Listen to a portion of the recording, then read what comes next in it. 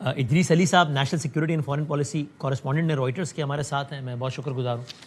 और अहमद हसन अरबी साहब मौजूद हैं, इंटरनेशनल रिलेशंस के एक्सपर्ट, मैं दोनों का बहुत शुक्रगुजार हूँ। तो हुजूर आप बताइए अहमद साहब, पहले ये अब जो नई सूरत हाल है, ख़ास अभी इस वक्त जो मैं आपसे बात कर रहा हूँ, तब जो ऑन गोइंग डेवलपमेंट है जिसका मैंने अभी खुलासतन जो अर्ज़ किया है, ये चीज़ों को आपके ख्याल में खुदा न खास्ता पॉइंट ऑफ नो रिटर्न की जानिब ले जाने की सकत रखता है? ये हालात इतने ख़राब हैं कि बिल्कुल स्क्वायर वन पे आ जाए मामला, या नहीं ख़राब है लेकिन इतना नहीं कि सब कुछ जो हुआ है पिछले कुछ दिनों या हफ्तों में वो सब कुछ ख़त्म हो जाए?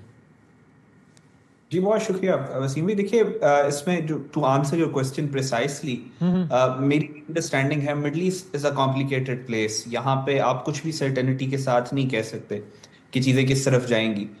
लेकिन बिल्कुल स्क्वायर वन पे आना चीज़ें, वो मुझे लगता है अभी इस स्टेज के ऊपर जो डेवलपमेंट्स हुई हैं, जो आपने जिनका तस्करा किया है, उस हिसाब से अभी थोड़ा सा मुश्किल है कि कुछ ऐसा हो जाए कि दोबारा से ये बैक टू स्क्वायर वन चले जाएं, कि फिर रीजनल वॉर और फिर ग्लोबल वॉर और सारा कुछ उस तरीके का होना शुरू हो जाए। Having said that, middle east के अंदर कुछ कॉम्प्लिकेशंस, अभी जैसे आपके प्रोग्राम में भी हम बातें करते रहे थे तो बहुत सारी बात हो रही थी न्यूक्लियर के ऊपर और सब कुछ, लेकिन मेरा उस वक्त से स्टैंस यही था कि ईरान के लिए जो इकोनॉमी है, जो इकोनॉमिक सैंक्शंस हैं और उससे रिलेटेड जो मामलात हैं, वो बहुत ज्यादा इंपॉर्टेंट है। और उसी कॉन्टेक्स्ट में स्ट्रेट ऑफ हॉर्मुज जो है उसके ऊपर ईरान स्टम्बल्ड अपॉन के ये चीज भी हो सकती है जिसका हम इस्तेमाल कर सकते हैं जियो स्ट्रेटेजिकली भी, और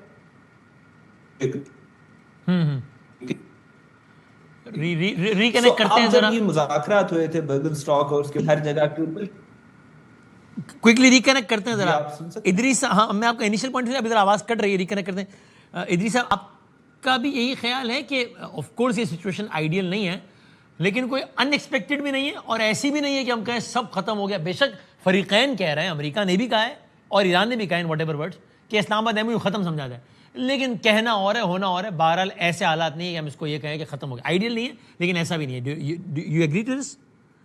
यसीम भाई, मैं एक करेक्शन कर दूं, मैंने पहले शायद आपको ऑफलाइन बताया कि नाकाबंदी 2 घंटे में शुरू होगी, 12 घंटे में शुरू होगी। एक्चुअली मैंने किसी से बात की तो 12 घंटे में शुरू होगी। अच्छा, आपका पॉइंट बिल्कुल सही है। 8 GMT कह रहे हैं तो अब 8, हाँ ठीक है, 8 अभी 8 PM GMT ठीक। तो देखिए आपने बिल्कुल सही बात कहा कि आइडियल नहीं है, मगर होप भी लॉस नहीं हुई, क्योंकि हमें पता था जब ये MOU साइन हुआ था बहुत ही मुश्किलात होंगी। ये मुश्किलात अब सामने आ गई हैं। मेरे ख्याल से अभी तक इंटेंट और जो दोनों साइड का ये डिज़ायर है कि जंग पूरे तौर पे शुरू नहीं हो, क्योंकि किसी के बेनिफिट में नहीं है। आप देखें अमेरिका का भी ये जो एयर डिफेंसेस थे डिप्लीट हो रहे थे, उनकी कोई गेन्स भी ज़्यादा नहीं हो रहे थे। ईरान की भी ज़ाहिर है ऑन द ग्राउंड स्ट्राइक्स काफ़ी हो रही थी और काफ़ी उनके जो लॉसेस थे वो भी हो रहे थे। तो मेरे ख्याल से अभी तक एक चीज़ सिंपली ट्रू है, ये है कि दोनों साइड चाह रही हैं कि ये जंग पूरे तौर पे शुरू नहीं हो। अब ये एक अलग बात है कि ईगो की भी बात आ गई है प्रेसिडेंट ट्रंप की, तो अब वो ईगो किस तरह संभाला जाएगा, किस तरह काबू में लाया जाएगा, ये आई थिंक बिग क्वेश्चन है। क्योंकि अगर प्रेसिडेंट ट्रंप को लगे कि ईरान उनके खिलाफ जा रहा है, उनको टॉन्ट कर रहा है, अगर आप समझे, तो ये मेरे ख्याल से बहुत ही मुश्किल है ये ख़त्म करना। अगर प्रेसिडेंट ट्रंप को किसी तरह लगे कि मैं ये जो अमरीकी लोग हैं उनको बता सकूं कि मैं जीत गया हूँ, कुछ हफ्तों तक स्ट्रेट ऑफ हॉर्मुज़ खुला रहे, मेरे ख्याल से वो आराम से ये जंग ख़त्म करेंगे और अपने जो एफर्ट्स है, जो फोकस है, वो कहीं और पे ले जाएंगे। तो बिल्कुल मेरा ख्याल से आपका सही है कि ये आइडियल नहीं है, मगर अभी तक स्क्वायर वन पे नहीं पहुँचे। और अहमद साहब, इस तरह की कोई भी सिचुएशन हो तो अगेन मीडिएटर्स का रोल खास तौर पर पाकिस्तान का बहुत इंपॉर्टेंट हो जाता है किसी भी और मुल्क से ज़्यादा। और ये मैं यानी सिर्फ इसलिए नहीं कह रहा हूँ कि हम ताल्लुक़ मेरा पाकिस्तान से ज़्यादा, वो एक वो तो है ही एक बायस, लेकिन उसके अलावा भी इसलिए कि ये वाज़े है दोनों साइड्स के बयानात से कि दोनों को अगर किसी भी मुल्क पर किसी और मुल्क से ज़्यादा भरोसा है तो वो पाकिस्तान है। ज़ाहिर कतर की भी इसमें काविश है और काबिल तारीफ़ है, लेकिन इन अ वे कतर की भी पोजीशन थोड़ी सी कॉम्प्रोमाइज़ होती है जब वहाँ पर अमरीकी अड्डे और फिर ईरान वहाँ अटैक करता है, तो वो एक सारे मामलात होते हैं। सो अगेन और एक ऐसे मौके पे जब दोनों साइड्स का एक दूसरे पर जो ट्रस्ट है वो ज़ीरो है और पाकिस्तान पर ट्रस्ट 100% है, तो अगेन पाकिस्तान का रोल उसमें बहुत इंपॉर्टेंट और लाइमलाइट में आता है दोबारा। जी नेचुरली, सिर्फ वसीम भाई ट्रस्ट से आगे की बात है। This is Pakistan is mediator plus. आप मिडल ईस्ट के अंदर जो सारी रीअरेंजमेंट की बात चल रही है उसमें मिडल ईस्ट में बहुत ज्यादा स्टेक होल्डर्स है। आप सिर्फ अमेरिका और ईरान के साथ साथ आप देखें तो पूरा मुस्लिम वर्ल्ड स्टेक होल्डर है, सऊदी अरेबिया स्टेक होल्डर है, फिर चाइना स्टेक होल्डर है, और ऐसे स्टेक होल्डर्स हैं एक ही जगह के ऊपर जो आपस में जिनके आपस में बहुत शदीद है। तो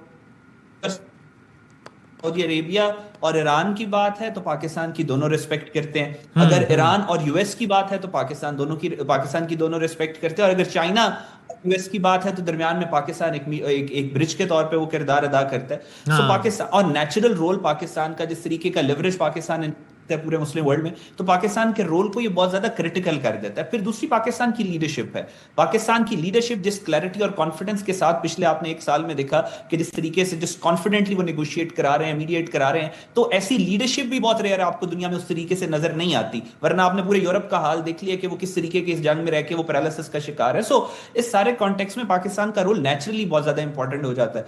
दूसरी बात ये वसीम भाई, आपकी इजाजत से दो पॉइंट्स में से ऐड करना चाहूंगा कि ईरान की जहां तक एग्जांपल है, ईरान की जिस तरीके से इन्होंने जंग लड़ी है, ईरान की जो स्ट्रेंथ है वो मेरा नहीं ख्याल कि मिलिट्री में या जंग लड़ने के अंदर ईरान की स्ट्रेंथ वो सपोर्ट है कि वो जो पूरी दुनिया की 7 billion population including American Iran के स्टैंड्स को सपोर्ट कर रहे हैं। लेकिन ईरान की दो चीजें जो हैं, एक तो स्ट्रेट ऑफ हॉर्मुज का जो ब्लॉकेड है, दूसरा मुस्लिम वर्ल्ड के ऊपर जो मुस्लिम कंट्रीज के ऊपर अटैक करना, ये दो वो टैक्टिक्स हैं जो शायद शुरू में ईरान को थोड़ा बेनिफिट दे दें, लेकिन इनकी शेल्फ लाइफ बहुत कम है और वो एक ओवर प्लेइंग द हैंड। मुझे ये खदशा है कि ईरान कहीं पे उसको ओवर प्ले ना कर दे कि ईरान जो पूरी दुनिया से सपोर्ट एंजॉय कर रहा है वो ईरान के खिलाफ हो जाए, तो ये एक पिटफॉल है। उसके अलावा आई थिंक जो चीजें जिस तरीके से चल रही हैं वो आपके सामने।